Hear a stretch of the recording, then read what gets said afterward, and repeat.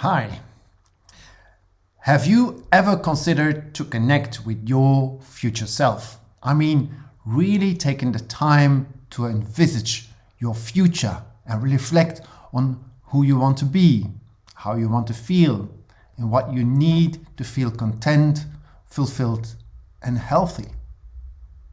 I was 29 when I was asked to envisage my future and describe who I wanted to be 10 years into the future. And I remember being taken aback, even a bit dismissive about what I was being asked. Think about the future? How preposterous! What was the point of thinking about the future while I had so many problems in the present? Problems that I just couldn't see to overcome. What was even the point of thinking about next week or even next month, let alone 10 years ahead, while the business, a gourmet deli, which I had started thinking it was a golden opportunity, was failing 2 months after I opened it, and I along with it. How was it even possible to think that life could be any different from what it had been in the past? A roller coaster of ups and downs, but many more downs than ups, and any different of what it had become, a prison from which I could see no escape, unless I stepped out of life, which I was intending to do. It also didn't help that my past had saddled me with many limiting beliefs about myself. For example, the belief that I was good for nothing, someone you couldn't be proud of, which my dad had told me a few times during my teenage years. Words that were backed up by my aunt when I heard her say behind my back that I was someone that was never going to make it. Words maybe said out of frustration, but nevertheless they had engraved themselves deeply into my subconscious. To re-emerge with a finality when my business was failing, and I had finally proven to myself and believed that they were right. I was good for nothing and born to be a failure forever. That I had worked in luxury hotels and on one of the most prestigious cruise ships in the world, the Queen Elizabeth II, and that I had backpacked around the world twice, it had all become meaningless. What had it brought me? Nothing. What had it taught me? Nothing. What was it going to bring? Not nothing, just more misery and pain. So yes, it felt completely preposterous, too soul-destroying, and just a waste of time to think about the future. However, luckily, I did as I was asked. Now in hindsight, I know that contemplating what the future I wanted and needed to shape into a narrative for my future was exactly what I needed, and the best strategy to pull myself out of my misery and on to a path that got me to be who I am today. An osteopath, body-centered stress coach, founder of the Reset Approach, author with soon a second book coming out, and someone who is invited to give presentations and workshops. I am here today because 22 years ago, in the midst of my crisis, I got help to some needed perspection. I got some needed. In the midst of my crisis, I got help to do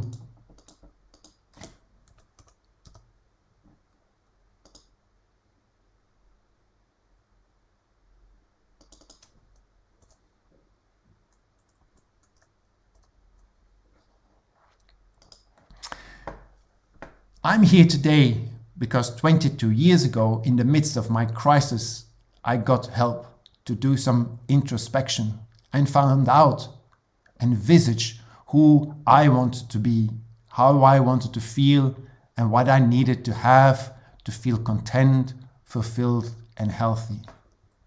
But before I could envisage my future, I went through 3 very crucial steps. Steps I didn't realize I was going through at the time, but now looking back, that I can clearly define. The first step was creating a new narrative for my past.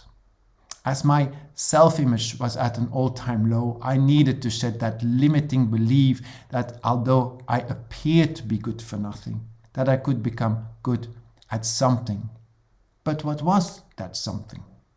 I also needed to learn that the future didn't have to be a copy of my past, but that instead I could steer it into a different direction. So far, I had left my future up to chance or others to decide, but it was time to become the master of my fate by envisaging what I wanted the future to be like, and on purpose pulling that future towards me through my decisions, choices, and actions.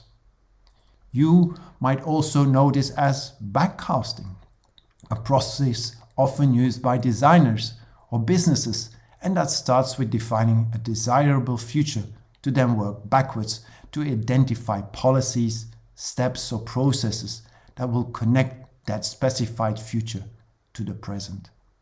But backcasting you can also use as a personal development tool. But just like for businesses or in a design context, you first need to discover your potential, that what you could develop over time, become good at, and create a great future on. So that became step 2, finding my potential. Some people find this out very early in life, while others like me need to spend time to find it. I had never considered that I had potential or that I could even look for it until I was told I could. I was given 3 simple questions to explore my potential. The first question was to describe what I admired in my friends and why. In a second question, I was asked to describe for what people came to ask me for help with and for which they didn't go to my friends. And the last one was to describe the moments where I had felt in my element or completely absorbed in what I was doing. As I said, 3 simple questions, but when you are in a life crisis, not so easy to answer. However, I was very motivated to answer them. And no, it was not because my life was hanging by a thread. No, it was because I was scared of the person that had given me these questions. I can still remember my first appointment with her. She was standing behind a heavy wooden desk, this very intimidating person with high heels, leopard leggings and matching blouse, dark streaky hair and a look that said, "What are you doing here?" Actually, that was her first question. What was I doing here? Anyway, when I finally picked up the courage to answer the 3 questions, and I see myself still sitting there at this desk when I answered them in a mere 20 minutes, which were then discussed at the next consultation. From my answer, I discovered that there was a therapist, communicator, teacher, researcher, and traveler in me, someone for whom freedom was vital. So, what was I doing selling charcuterie and cheese? No wonder I was feeling depressed. It's only after that counseling session that I was asked to envisage my future and describe who I wanted to be 10 years into the future. As I said, before I thought that was a preposterous question to think about my future, while I was barely able to pay the bills every week and was facing the worst personal crisis I had ever had. But I did what I was asked, as fear for her hadn't gone. So, after giving it some thoughts, I wondered, if I have all this potential in me, wouldn't it be logical that if I developed what I was born with, my innate potential, that life would become easier? So on that thought, I envisaged my future self and wrote, and I'm shortening it here, I'm a therapist who has developed his own approach, has written a book about it, and is asked around the world to give presentations and workshops. To which She replied, "So, what are you waiting for?" From that moment on, something changed in me. I had direction, and although I had difficulties believing I could achieve the future I wanted, what did I have to lose? So I tried it and kept going not because I was scared of what she would do to me, but because as soon as I started to proactively invest in my future, I just felt in my element, praised rather than scoffed at, like I finally found myself, was enjoying myself, had anchor points to hold on to, and that is what kept me going.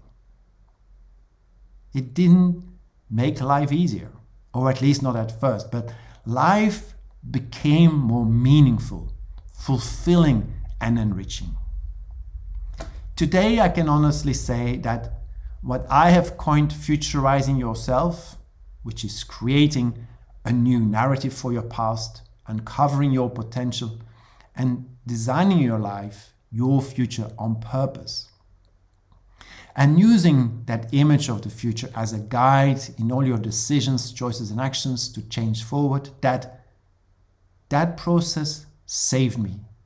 And through it, I was able to cope better with the challenges of my past and present. I became much better at dealing with setbacks or unexpected challenges and changes, was able to better deal with stress, and it significantly improved not only my physical but also my mental health and well-being. Still, today, it is helping me to cope with the many challenges and tribulations of life. In my experience, futurizing yourself has but advantages, especially for today's fast-changing, challenging, uncertain, complex, and ambiguous world, a world where we are trying to cope and navigate the COVID-19 pandemic, and where we experiencing the devastating effects of climate change.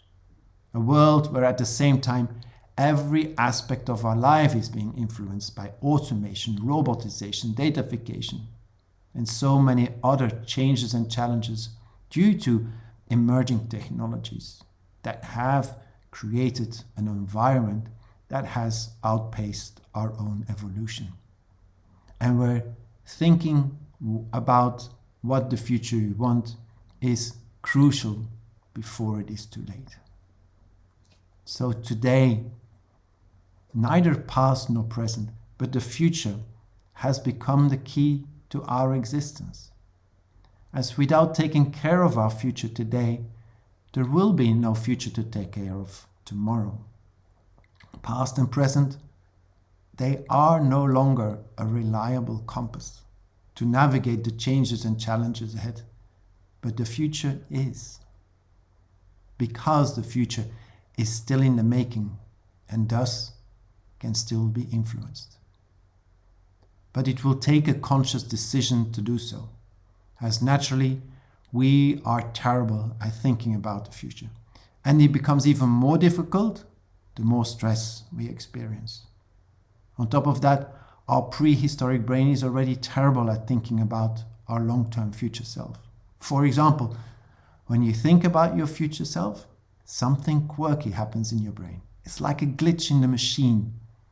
When you think about your future self, your brain starts acting as if you're thinking about a stranger, someone you don't know very well.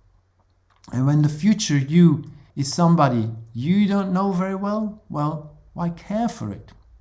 This phenomenon is called future self discontinuity, and is one of the reasons why some people are so bad at sticking to good resolutions, keep smoking, favor playing computer games all day rather than exercise. But you can learn it. We all have the ability to put our mental time-traveling potential and images of the future to good use. We are already using images of the future to plan holidays, Or when you started this course at VIVES, you had a vision what you wanted to achieve.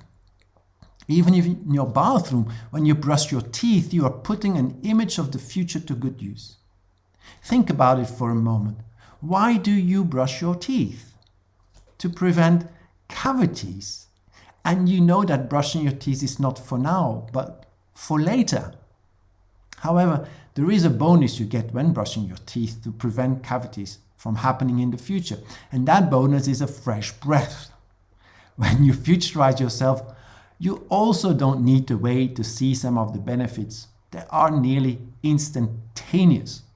But just like brushing your teeth, it is something you need to learn, do, and repeat to fully benefit from it. Futurizing yourself, pulling your future into the present and using it as a compass for all your decisions, choices, and action has to become a mindset that will enhance your future self-continuity. And the more continuity you create between your future and your present self, the more conscious you will live. And the reward is, it makes your life more meaningful, helps you to lead a more generous and fulfilled life, helps you cope with uncertainty, helps you to make better decisions, helps you to be more resilient in this fast changing and challenging world, helps you to see opportunities when or even before they present themselves. And futurizing yourself to create a great future doesn't just influence your own life, because every decision, choice you make, and action you take has an impact on other people and the planet on which we all depend.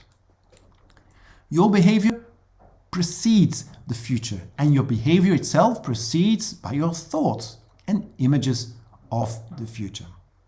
So, I ask you, what the future do you want?